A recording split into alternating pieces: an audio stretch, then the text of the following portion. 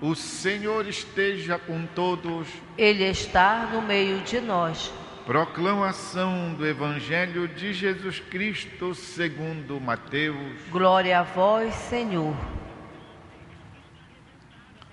Naquele tempo, disse Jesus: Ai de vós, mestres da lei e fariseus hipócritas, vós fechais o reino dos céus aos homens, vós, porém, não entrais, nem deixais entrar aqueles que o desejam. Ai de vós, mestres da lei e fariseus hipócritas, vós percorreis o mar e a terra para converter alguém, e quando o conseguis, o tornais merecedor do inferno 2 vezes pior do que vós. Ai de vós, guias cegos, vós dizeis: se alguém jura pelo templo, não vale, mas se alguém jura pelo ouro do templo, então vale. Insensatos e cegos, o que vale mais, o ouro ou o templo que santifica o ouro? Vós dizeis também: se alguém jura pelo altar, não vale, mas se alguém jura pela oferta que está sobre o altar, então vale. Cegos, o que vale mais, a oferta ou o altar que santifica a oferta?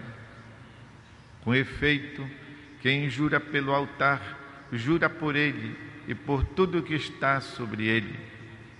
E quem jura pelo templo, jura por ele e por Deus que habita no templo.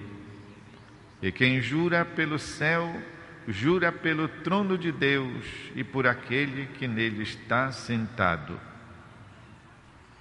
É palavra da salvação. Glória a vós, Senhor. Meus irmãos e irmãs, estamos lendo o Evangelho de São Mateus, estamos na chamada sessão dos ais, ou seja, onde então Jesus usa essa expressão ai de vós, num sentido assim, numa espécie de ameaça. É, na verdade, não uma simples ameaça destruidora, mas é um convite à conversão. A palavra de Deus, também quando ela inicialmente nos condena, ela tem a finalidade de nos salvar. A palavra de Deus sempre nos salva, nos liberta. Por isso, o ensinamento primordial desta perícope, deste pedaço da palavra de Deus, é uma advertência, uma admoestação, uma chamada de atenção, tudo a mesma coisa. E nos fala sobre a importância de nós buscarmos viver a fé de uma maneira límpida, de uma maneira pura, diria. Nos chama a viver a fé de uma maneira autêntica, de uma maneira livre, de uma maneira original, conforme aquela liberdade de espírito que os filhos e filhas de Deus devem ter. Muitas vezes nós também incorremos nesse mesmo erro. No tempo de nosso Senhor Jesus Cristo, olhem só, os 10 mandamentos tinham sido subdivididos, praticamente desmembrados em 615 preceitos. Como não bastasse, pois, os 10, os fariseus foram arranjando preceitos, leis, regras religiosas, que para eles muitas vezes coincide com a lei civil, de modo que então acontecia que uma pessoa, para viver a fé, enlouquecia, ficava louca, não sabia a que atender, a quem respeitar, afinal de contas.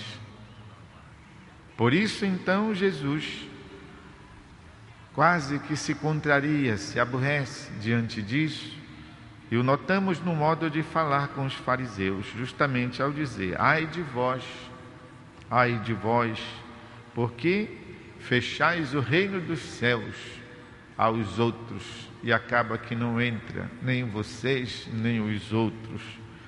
Ai de vós que lutais tanto para converter as pessoas, isso quer dizer prosélito, arranjar novos membros, e depois o que adianta se a pessoa acaba merecendo o inferno mais do que vocês? Que adianta vocês jurarem? Olhem só, não é para tocar no templo, mas nós vamos jurar pela oferta que está no templo. Nós vamos jurar pelo ouro que está no altar, não tanto pelo altar em si mesmo.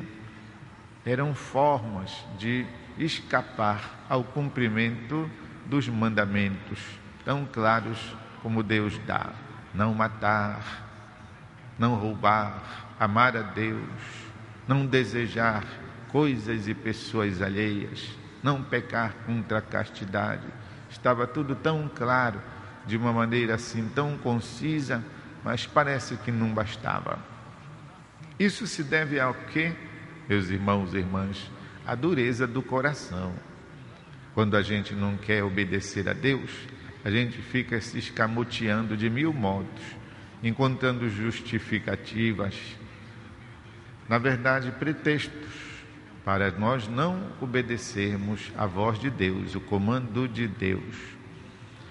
Portanto, nós queremos pedir a Jesus a graça de uma vivência da nossa fé purificada.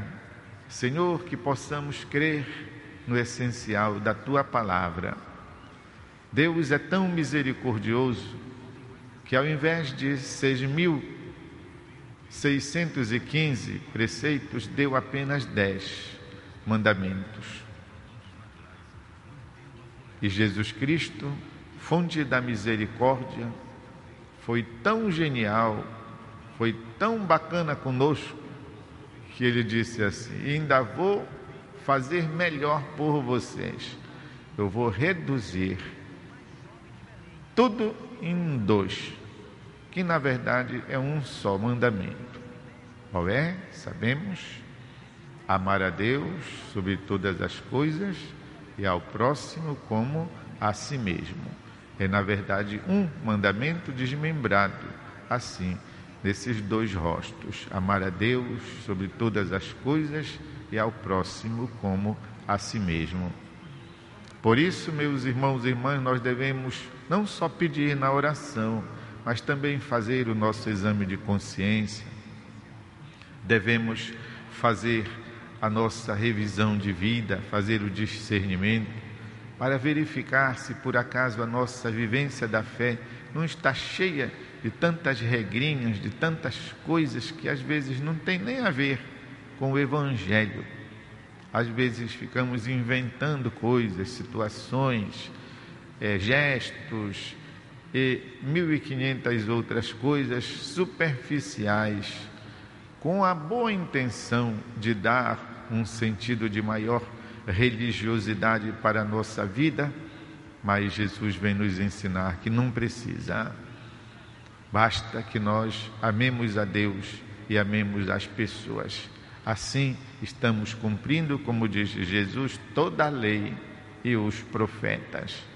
Queremos pedir para cada um de nós, e hoje de um modo especial eu gostaria que vocês pedissem para mim, pedissem por mim, para que possa viver o ministério ordenado, para que possa viver o serviço presbiteral, para que possa executar, realizar meus trabalhos, viver a minha missão de padre assim, na simplicidade, na alegria e sobretudo na pureza de intenções, na pureza de coração e também simplificando as coisas para as pessoas, para não acontecer isso que Jesus recrimina aqui nos fariseus e nos mestres da lei. Para dizer a palavra do Papa Francisco e seguir o seu exemplo, peço a vocês todos, meus irmãos e irmãs, que rezem por mim. Vamos fazer um instante de silêncio para que a palavra de Deus nos ajude a nos converter e a sermos melhores.